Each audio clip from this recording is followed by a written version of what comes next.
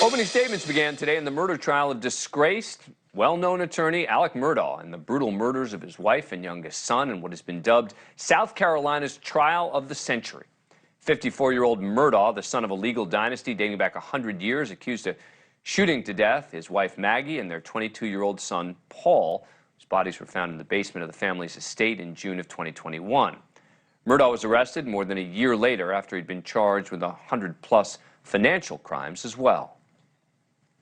On the evening of June 7th, 2021, at the defendant's property off Moselle Road in Colleton County, his son Paul Murdaugh was standing in a small feed room and some kennels they had on the property. About 8:50 p.m., and the defendant over there, Alex Murdaugh, took a 12-gauge shotgun and shot him in the shoulder, in the chest and the shoulder with buckshot. And the evidence is going to show it was a 1,000,000-to-1 shot. He could have survived that, but after that, another shot went up under his head and did catastrophic damage to his brain and his head. And just moments later, he picked up a .300 Blackout, which is a type of ammunition, but an AR-style rifle, and opened fire on his wife, Maggie, just feet away. We got a much clearer picture of the evidence prosecutors plan to use against Murdaugh, including a time-stamped Snapchat video that prosecutor Creighton Waters says puts Murdaugh at the scene of the crimes. At 8:44 and 55 seconds, Paul recorded a video. He was down in the kennels because he had been talking to a friend of his. And you're going to hear from this friend because his friend's dog was in the kennels and they thought there was something wrong with the tail. And Paul was recording a video of it to send to his friend. 8:44 and 55 seconds. And on that video, and you'll see that video, and you'll hear from witnesses that identify Paul's voice, Maggie's voice, and Alex's voice. Told anyone who would listen he was never there. At 8:44 and 55 seconds, there's a video. The evidence will show that he was there. He was at the murder scene with the two victims.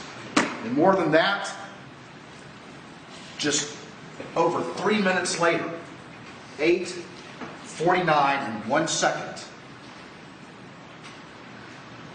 Paul's phone locks forever. Joining me now, Jesse Weber, attorney and anchor on the Law and Crime Network.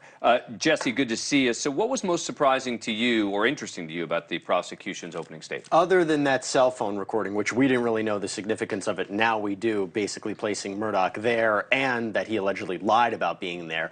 Gunshot residue. This was a big shock. We learned that there was this blue tarp, like a raincoat, that is belonging to Alex Murdaugh, although the defense says it really doesn't belong to him, that had gunshot residue on it. Now, why is that significant?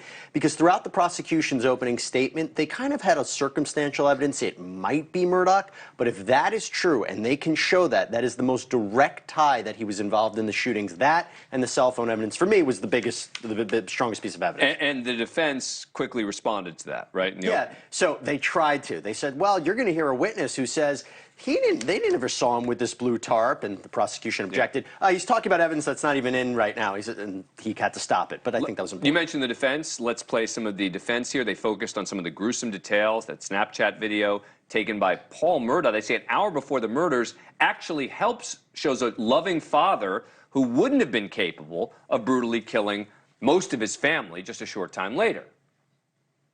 The gases from that shot literally exploded his head like a watermelon hit with a sledgehammer. All that was left was the front of his face. Everything else was gone. His brain exploded out of his head, hit the ceiling in the shed, and dropped to his feet. Horrendous, horrible, butchering. So to find Alex Murdaugh guilty of murdering his son, you're going to have to accept that within an hour of having a extraordinarily bonding, you can see it in the Snapchat, that he executes him in a brutal fashion. Not believable. Thank you for watching. Go to newsnationnow.com to find News Nation on your cable provider. And don't forget to click the red subscribe button below to get more of News Nation's fact-driven, unbiased coverage.